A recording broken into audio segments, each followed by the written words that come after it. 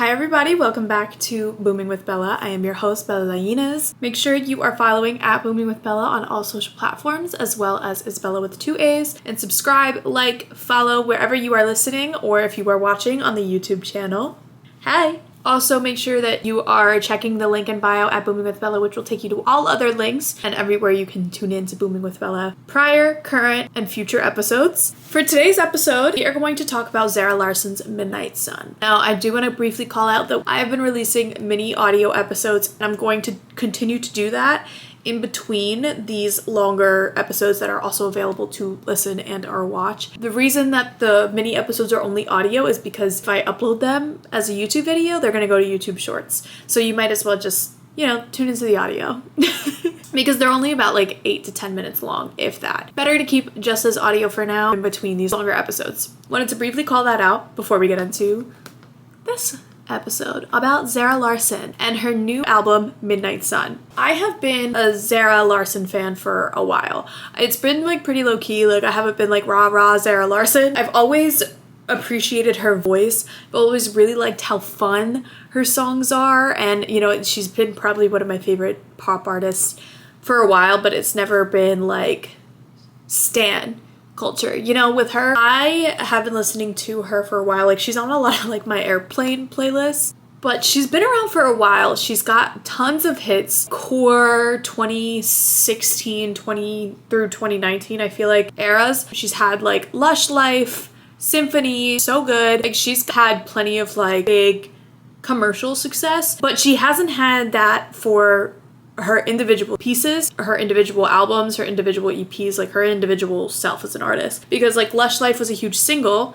yes. So Good was a huge single, yes. Symphony was a collaboration with Clean Bandit. And then Never Forget You, which was a collaboration with MNEK. But none of it has been like surrounding an album of hers. So I'm very excited that she's been getting her moment with her latest album/single. The single was released before the album, but the single is the title of the album. Midnight Sun. She released the single back in the beginning of the summer, and she's been on tour with Tate McRae. She's been getting a lot of recognition on this tour because of her choreography, her ability to dance and sing, her ability to hold crazy poses and sing, and the notes that she's been hitting live. She's been getting tons of recognition online, tons of praise on social media, and a lot of people started to pay attention, or she started to trend because of all of this positive talk. People were posting her constantly while they were at this concert or at one of the stops where she was the opener. Midnight Sun was released on September 26th. The only criticism that I've really seen about that has been that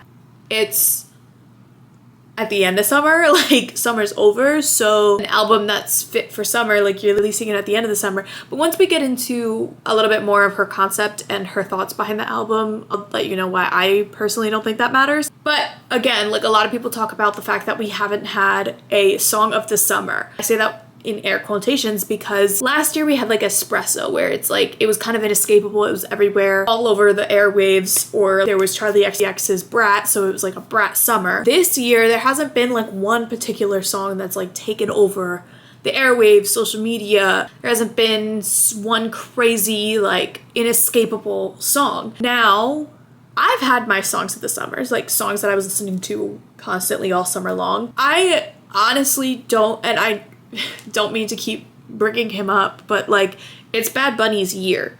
So I think that a lot of people were listening to still Debí Tirar Más Fotos, like that album, the entire summer, because all of the songs kind of go throughout the seasons. Like I don't know if like Pitorro de Coco is like super summery. Like to me that's Christmas time. Majority of the songs on that album can kind of like, they span the seasons. So I think it was Bad Bunny's summer for sure. Everyone was talking about his residency, so I think it was Bad Bunny. Bad Bunny was the king of the summer this year. Before going into too much with that, we're gonna go back to Zara Larsson. What is a midnight sun? A midnight sun is when the Earth axis is tilted about 23.5 degrees relative to its orbit around the sun.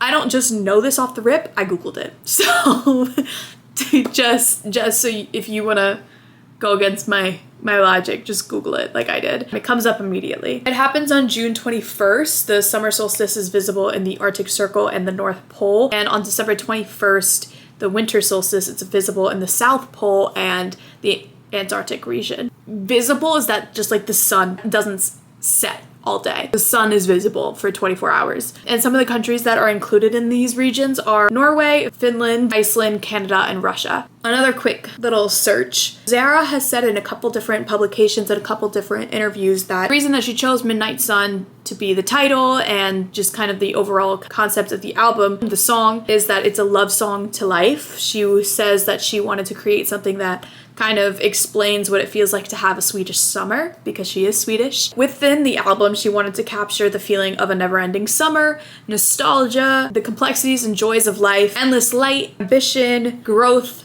self-reflection, happiness, and as well as like pay homage to her Swedish identity and like be proud of the Swedish pop culture that she is from and put Swedish pop on like her back with this album. She has also said that this is her most personal project to date. Critics have kind of also agreed with that. It reflects her identity as an artist. She said in a publication that it doesn't matter if it's December, the summer night will be there for you. It's waiting for you. It'll come back to you. You'll come back to it. Like the feeling will never end. And so that's why I say like the date that she released the album doesn't really matter, because it is this album that it encapsulates summer and the feeling of like girly pop summer or Swedish summer as she was trying to convey. And whenever you listen to that album, you're gonna go back to that feeling. You're gonna feel like it's summer. You're gonna feel like the sun is shining and the grass is green and you can go outside and you can go get like a Hugo Spritz. Or like if you want to escape the winter colds, like you can put on this album and kind of feel like you're mentally in summer. You can get that feeling back. And then we'll have it for all next summer. Critics have also described this as her most distinctive and defining work. And the reason that I call that out and I wanted to say that is because I 100% agree. I've liked Zara Larsson for a long time. I've been tuned in to everything that she drops. But I don't feel like that there's a project where I could have like sent the album to someone and be like, listen to this. This is Zara Larsson. There's a song here or there that I think captures her energy, her lyricism, you know, the kind of songwriter that she is, the vocalist that she is, but they're all like on separate EPs or albums or projects, and it's not like just one body of work that I can send all at once. Not that every artist needs to have that, but I feel like when you're trying to put someone on to an artist or describe an artist, they have one body of work that really explains their artistry. And I think for a while, like for example, Bad Bunny's has been Un verano sin ti or Debí tirar más fotos. But I think more Un verano sin ti and then Debí tirar más fotos is like where he's going. Beyonce, I think this Renaissance trilogy or self-titled or be like the two where you're like, this is Beyonce. I guess technically four. But, you know, and even Ariana Grande, I would recommend Sweetener. Hey, you've never listened to this artist before? Listen to Sweetener. And then go from there. If I were to recommend Gunna to someone, I would say, hey, listen to Wanna. If I was going to put someone on to Gucci Mane, I would say, listen to Mr. Davis, but also listen to State vs. Rad Rick Davis. You know what I mean? What I'm trying to say? I think Midnight Sun is that album. To be like, oh, have you heard of Zara Larsson? Okay, listen to this. And from there, they can go into... someone can appreciate her and be like, wow, this is really good. I'm gonna go check out her other stuff and from there find all of the little songs that also kind of capture the same energy. A little bit about Zara Larsson. Obviously, she's Swedish. She's a trained dancer. She went to the Royal Swedish Ballet School, which makes sense because she has been in some of like the craziest poses. Her choreography has always been amazing. And a lot of the conversation was like, how would she be able to do that? And sing and hit these notes. It's because she's professionally trained. She didn't go that way career route, but she has that background. She was on the Swedish version of Got Talent in 2008 when she was 10 years old. So that's how she kind of got started. She released her first EP in 2013 when she was 15 years old, and she's been around ever since. She's 2 years older than me. She's 2025. She's 27 now. She's still like very much girly pop in her 20s. Having fun, living life. She's been around for so long, and her producer for this album, Midnight Sun, MNEK, kind of like wrote that, like he's known her for the entirety of her career, and just to see how she's grown up and the artist that she's turned into is like amazing, and he feels that this album captures that the most. 2017 was her international debut with her album So Good, and So Good was the single with Ty Dolla $ign that was heard everywhere. I immediately hear the hook in my head as I'm saying that. One thing about her, she can create a catchy hook.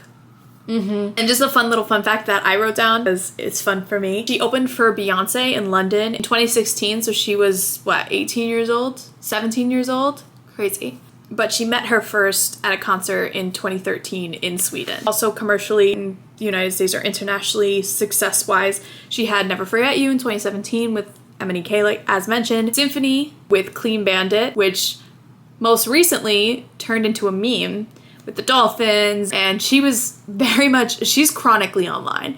And I love following her on social media for a while when I wasn't really like super into her music, but I was still following her on social media because she's so funny and like she's so real. She also is not afraid of advocating for what she believes is right or calling out bad ethics, bad morals. She is always been very vocal, and I've always appreciated that about her, and sometimes the way she says it is really funny. But so when the Symphony meme was having, she saw it immediately and she chimed in. She's even said that had some inspiration into kind of the feeling and the nostalgia that she wanted to use to market this album, and like how she wanted to, I guess, creatively design it. And I love that. I was a huge Lisa Frank girl. She did a collaboration with Lisa Frank for the CDs. I wish she did for the vinyls so I could grab one. She was like giving very much early 2000s. She announced the track list with like the baby tees, and they were airbrushed and they all had the titles on them. And it was just, it's very Y2K, girly, 2000s. Every single piece of terms of the album rollout and marketing it has been, and I think that is just amazing, especially considering the meme organically happened, associating it with like the 2000s Lisa Frank, sunset, palm trees, this, whatever, dolphins. Like, it just felt very organic to her. I think that's part of the reason why the marketing was so successful, is because it felt like her. You know, it wasn't like I was seeing it and I was kind of like, that doesn't really fit Zara Larsson to me. That's not really how I see her as an artist. It was 100% felt authentic. Like, it wasn't like she was trying too hard or trying to be this thing that it's like, even as the audience, like we could feel it like as uncomfortable for her. It wasn't like that at all. It's been very authentic to, I think, how we see Zara Larsson in pop culture, and it just felt authentic is what I'm trying to say, and it just worked. I don't know if that's because of the meme that organically happened beforehand, or if we hadn't had that meme, would it have still like worked if she went this way? I feel like yes, and that's how you know that it was spot on. But yeah, so she had Symphony with Clean Bandit, she had Lush Life in 2015, which she was 17 at the time, and that was everywhere. Every retail space was playing that, the boardwalk was playing that song was everywhere. So was Symphony, so was Never Forget You, so good as well. Like, these songs were everywhere. Even if you don't know her, you've probably heard her voice if you've just walked into a mall or just walked into any coffee shop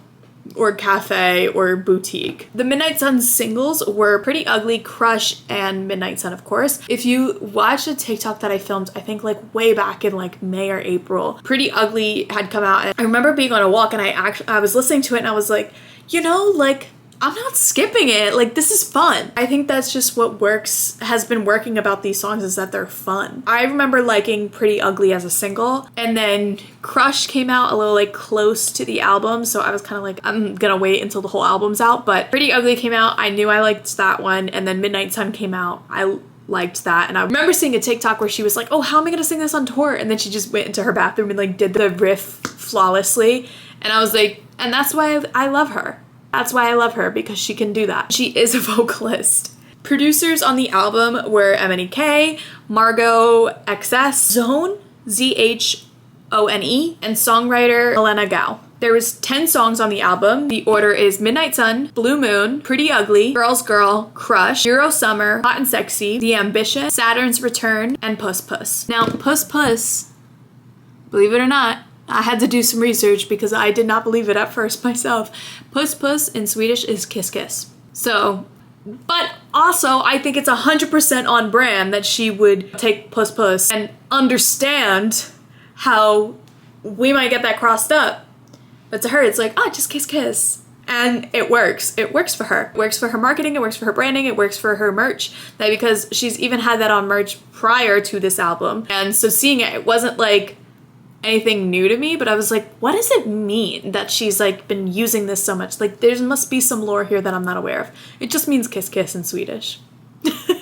My favorites have been Euro Summer and Hot and Sexy. Those have been two that I've gone back to constantly while I'm either working out or getting ready. Blue Moon I also really like, but Euro Summer and Hot and Sexy, they're just so fun.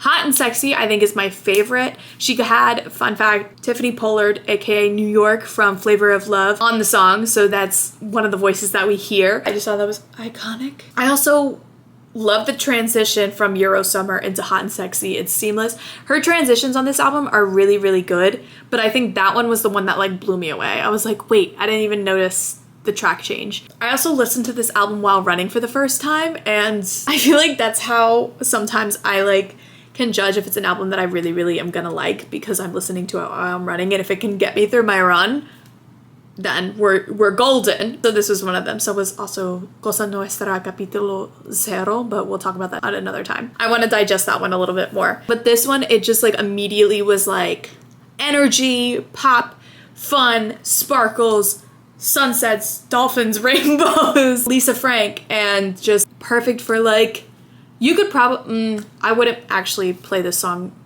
album just like on repeat while you're like having a girls' night or something, because The Ambition and Saturn's Return are gonna get you a little bit. I wanted to keep talking about Hot and Sexy because this song, the entirety is just about like going out with the girls, having fun, releasing your inhibitions, don't worry about what other people are saying, don't worry about like who cares about the men in the space, like this is a girls' night, whatever. But the outro, this is what I like, oh god, I don't even have words. Like, it doesn't take away from the entirety of the song, like it doesn't change the fact that it's still a great song to like get ready to drink wine with the girls, like pregame to, or whatever, or run to, or dance to, or just play whenever. But the outro is she's talking about, I'm actually gonna read it for you. It goes from the song, there's like a transition where they're chanting, I just want to wear what I want, go out, get drunk, want to party all night long, got a F-boy, gonna touch me, whatever. Then the outro comes in and Zara's singing, tale as old as time, crime on womankind, scared to go outside, it still blows my mind how we just let it slide.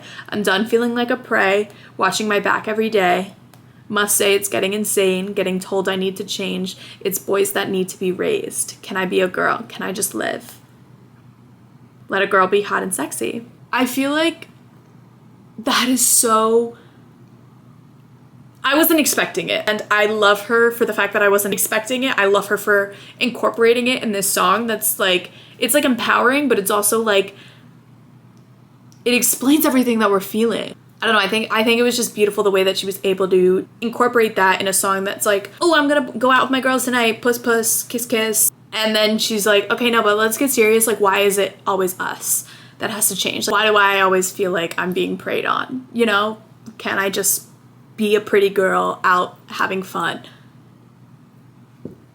I just thought it was, I thought it was brilliant. A brilliant song, brilliant way to showcase like her multifaceted writing, and the duality of it I think is what stuck out to me the most and had like the lasting impact on me. And then following that is when you kind of get into The Ambition, where she's like talks about comparing herself, contrasting, being upset that hasn't had the success that some of her peers have. What is keeping her from having that? But then also when she does get a little bit of success, like she wants more. So she's like talking about the highs and the lows of the ambition that she feels. Saturn's Return is also very much about growth and maturity and self-reflection. Puss Puss is another fun one. Euro Summer is just another fun one. Midnight Sun's a fun one. Blue Moon's a fun one. Pretty Ugly is a fun one, but it's also about like reversing roles, empowering, and like I think her choreography got a VMA. She got an award for her choreography in the music video. It's a really fun music video. All of her music videos have been really fun. I really like the Midnight Sun one. It's like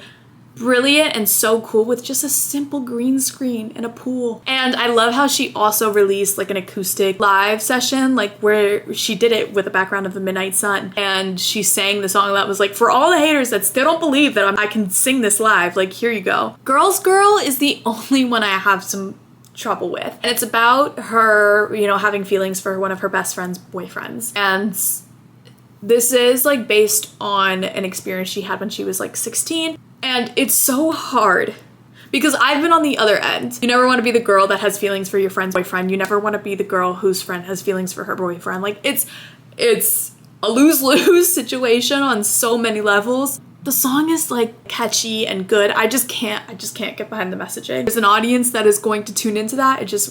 That's going to be the song that I skip personally. Crush is kind of similar. Like it's just, you know, about having a crush, those sorts of experiences and feelings when you're like young. I only skip as Girls Girl, and it's just because I just But to be fair, the way that the term girl's girl has been used recently kind of fits the song. So overall, I think that this is, like I've been saying, this is a really strong album. It's 10 songs. It comes in at 32 minutes. Like, it is almost like a true pop record to me. You have a little bit of everything. And then just the overall feeling of nostalgia, I think, is very prominent throughout this album and is associated with this album just because of the way that she marketed. So again, I feel like that translated really well. Keeping an eye out to see if she drops a deluxe. I don't think she has to. I kind of like it just the way it is. She is going on tour too. I kind of want to go.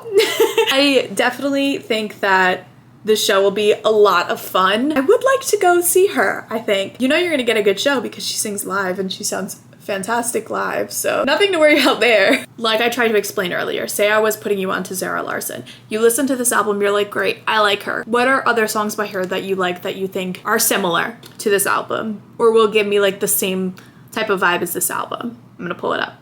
Oh, Girls Like. She has Girls Like too with Tiny Tempa. That one was everywhere. And every now and again, I will be listening to that for a while because it's just so like, it's so good. Carry You Home and Rooftop off of her EP Uncover in 2014. Those are some of my favorites. Rooftop especially. I posted a TikTok on Booming with Bella recently about it because that song is one of the ones where I listen to no matter what on the plane. Like, I don't know why, it just always comes on shuffle. Love it. Her voice is so good in all of these. Off of So Good, I have Sundown with WizKid as another favorite. Obviously, So Good is so good. You know, with Ty Dolla $ign, it's kind of a classic, especially when you're talking of like Zara Larsson pop songs. We like Sundown with WizKid. It's like a little bit of more Afrobeat infused, but still very poppy. Carry You Home and Rooftop are both a little bit more ballady. I don't know if I said that, but they're very catchy. Like I hear, again, like the bridge in my head and the chorus in my head, and I love it. She has Don't Let Me Be Yours, the remix. That was in 2017. That was another one that was like super popular. Don't Worry About Me. That was a single in 2019. Another like kind of popular one. Didn't have like the same success as like Symphony, Lush Life, Never Forget You, but we're up there. Also off of her Uncover EP in 2014, I have Wanna Be Your Baby alt version. I really like that one. Again, also a little bit more ballady, but I really do like that one. Off of her album Venus, I liked Can't Tame Her, More Than This Was, Ammunition, None of These Guys, End of Time, and Escape. But I really, really liked Escape. Escape was one I kept coming back to last year. There's 12 songs on the album, 39 minutes, but Escape was definitely my favorite. Off of Poster Girl in 2021, my favorite was Need Someone. And off of the summer edition, I have FFF and Last Summer, and FFF stands for Falling for a Friend. These songs are just like, they're very poppy, and what I mean by that is like I could totally expect to like walk into a Zara, literally this store, or like an Aritzia, and hear these songs playing, but also turn on the radio and they're playing, but also like easily like play these on in the background during a wine night or like getting ready with the girls, and like it's still the same. Her songs are very digestible, very fun, and that's kind of an essential for pop music, like to even be able to get the message of the song like hot and sexy, clear as day. It was clear as day. She laid it out for us at the end. It's also about being carefree, you know, not taking things too seriously, just having a good time. And I feel like Zara Larsson's music has definitely proven that point over and over again, and I'm so glad that she finally has like a project with legs to like stand on, and for people to be like, oh yeah, I like that album a lot, let me listen to this future thing that she has, because, you know, that album had the legs, or like is gonna be the backbone now. So like people can go back and be like, oh yeah, Midnight Sun, I really like that album, I'm gonna listen to her next one. Or, oh, I know Zara Larsson, she did Midnight Sun, I'm gonna listen to the song, you know? I think that this has also just been a project that I've been truly blown away with, just like creatively and how it was marketed and like the album rollout. I love how she has truly paid homage to like her Swedish pop heritage. Zara Larsson, Swedish pop princess. This album was just near almost perfection for me. From beginning to end, how this album was created, rolled out to us, marketed, how it's been received so far, how it was for me listening, my listening experience, the longevity, the way that I'm going back to it. It's gonna be one of the strong albums of the year, and I'm glad that she's finally getting some recognition, that she's finally getting some people talking about her, and that people are tuning in, because I've always found her music good and fun to listen to. I'm glad more people are seeing that and tuning into Zara Larsson. That is all really for today that I had to say. I just wanted to talk about this album because obviously I think it is great and I've been really impressed with it. So I wanted to put you on if you hadn't already noticed. If you hadn't already tuned in, I have seen a lot of positive feedback online. The songs that are like generally resonating with people are Hot and Sexy, Euro Summer, Crush, Girl's Girl, and The Ambition. I just think that the album will definitely be the essential album. You know how like on Apple Music and stuff, they'll like do essential albums and they'll highlight an album? I think hers will be Midnight Sun. So yeah, go have some fun. Go tune into Zara Larsson. Again, none of this is sponsored. This is just me coming up here and presenting a body of work that I think is good and I think that many people will enjoy and I recommend. Thank you so much for tuning in to Booming with Bella. I will talk to you guys again very soon. Also, make sure that you are following at Booming with Bella on all social media and to follow, like, subscribe, comment, give a 5-star rating to help push the podcast out to more people wherever you get your podcasts, or if you're watching on YouTube, to do the same. Make sure you never miss a Booming with Bella episode as well. And follow at Isabella with 2 A's if you want to keep up on all Bella content. See what may be influencing the coming episodes in the future. And if you ever need any other links like playlist, blog pieces, website, etc., there is a link in both bios that will take you to everything that houses Booming with Bella. So you have that there for you as well. Thank you guys so much for tuning in and we'll talk again real soon. Bye.